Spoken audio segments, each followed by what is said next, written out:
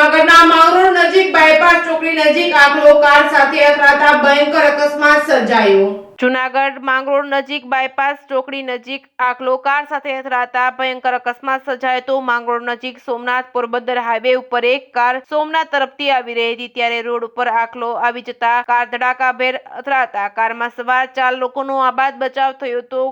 Car જ્યાં અથડાઈ હતી ત્યાં 4 થી 5 લોકો રોડની સાઈડમાં ઊભા હતા, તેમનો પણ આબાદ બચાવ થયો હતો। રોડની સાઈડમાં ઊભેલા લોકોને છોડીને ભાગતા તેમનો બચાવ થયો હતો। સમગ્ર ઘટના સીસીટીવી કેમેરામાં કેદ થઈ હતી। માંગરોળ શહેરમાં રખડતા ઢોરના કારણે અવારનવાર અકસ્માત સર્જાય છે, પરંતુ રખડતા ઢોર બાબતે અવારનવાર રજૂઆત કરવામાં આવી છતાં કોઈ કાર્યવાહી નહીં। તંત્ર કોઈ મોટા ગંભીર અકસ્માતની રાહ જોઈ રહ્યું છે તેવા પણ લોકોમાં સવાલ ઊભા થઈ રહ્યા છે। Reporting by Pratap Sisodiya, Maliya Hatina.